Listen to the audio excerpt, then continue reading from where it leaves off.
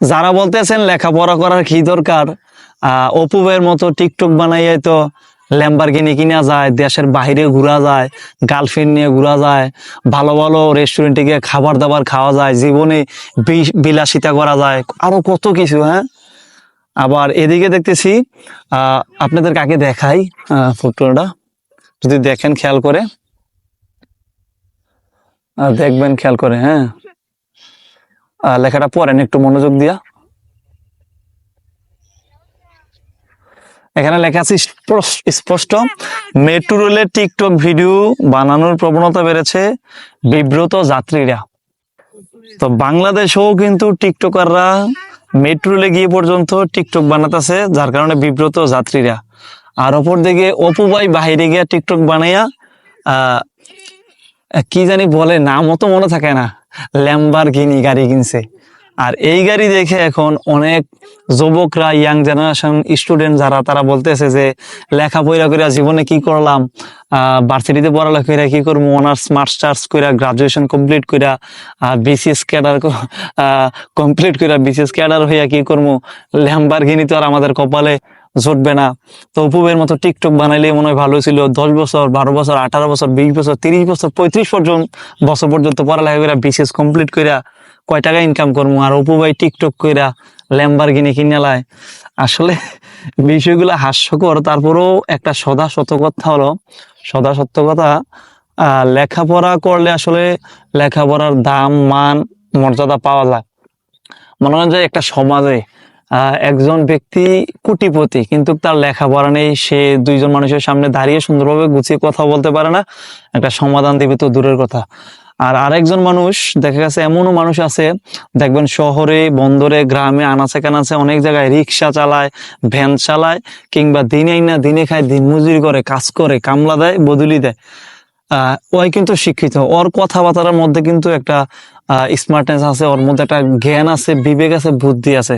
ওর দ্বারা একটা পরামর্শ পাওয়া সম্ভব, সুপরামর্শ, ওর মধ্যে একটা সচেতনতা কাজ করে, দেশপ্রেম কাজ করে, কোন বিষয়টা সমাজ খাবে, কোন বিষয়টা সমাজ খাবে না, ওই বিষয়গুলো কিন্তু ওর মধ্যে কাজ করে, ওর মধ্যে কিন্তু এই চিন্তাগুলো আছে। আর যারা লেখাপড়া করে না, তারা যতই টাকা পয়সার মালিক হোক, আসলে তাদের কি দিয়ে কি হবে, তারা হয়তো কিছু বিলাসিতা করবে, টাকা পয়সা হবে, কিন্তু আসলে তাদেরকে থেকে আফসোস করা যাবে না, বা লেখাপড়া ছেড়ে দেওয়া যাবে না। আমি মনে করি কি, আমার মত শুধু প্রকাশ করলাম মাত্র আপনাদের কাছে। আর এই যে মেট্রো রেলে টিকিট টিকটক ভিডিও বানানোর প্রবণতা বেড়েছে, বিব্রত যাত্রীরা। আসলে বাংলাদেশেও এখন প্রায় জায়গায় কিন্তু টিকটকের প্রবণতা বাড়ছে, সত্য কথা একেবারে। আমরা বিভিন্ন জায়গায় দেখি, রাস্তাঘাটে, বিভিন্ন পার্কে, বিভিন্ন রেস্টুরেন্টে, ভালো ভালো হাইওয়ে রোডের সাইডগুলোতে টিকটক করে অনেক সময় অনেক ঝামেলার শিকার হয় সাধারণ মানুষ। আর বিশেষ করে এখন মেট্রো রেলে পর্যন্ত টিকটকের প্রবণতা বাড়ছে, বিব্রত যাত্রী। এই বিষয়টা আপনারা কেমন ভাবে নেবেন? আসলে টাকা পয়সা কামানোর জন্য টিকটক করবে, চুল লাল করবে, আনকমন পোশাক আশাক পরবে, যেগুলো আসলে আমাদের দেশের, আমাদের জাতির কালচারের সাথে খাপ খায় না, ওই সমস্ত পোশাক আশাক পরবে, হেয়ার স্টাইল করবে, জুতা পরবে, কি আবল তাবল কথাবার্তা মেয়ে নিয়ে ঘুরবে। আসলে এই বিষয়গুলো আপনারা কিভাবে নেবেন? শুধু কি টাকা পয়সাই কি সব? একটা কথা আছে, সর্বশেষ বলে যাই, ভোগেই কিন্তু সুখ নয়, ত্যাগেই কিন্তু প্রকৃত সুখ। আমার একজন শিক্ষক ওই কথাটা সবসময় আমাদের ক্লাসে বলতো, এবং এই কথাটা কিন্তু আর অনেকেই বলে, এই কথার সাথে আমরা সকলেই পরিচিত, যে ভোগেই সুখ নয়, ত্যাগেই কিন্তু প্রকৃত সুখ।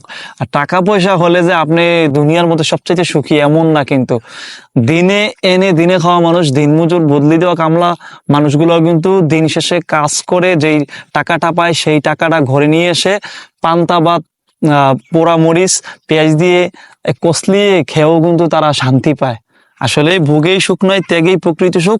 টাকা পয়সাই সবকিছুর সুখ শান্তি এনে দিতে পারে না। তো অপু ভাইয়ের দিকে তাকিয়ে সহজ সরল ভাষায় কথাগুলো বলতেছি। তো অপু ভাইয়ের দিকে তাকিয়ে, ল্যাম্বরগিনির দিকে তাকিয়ে আফসোস করার, হতাশ হওয়ার কিছুই নেই। লেখাপড়া করতে হবে, লেখাপড়া করতে হবে, লেখাপড়া করতে হবে।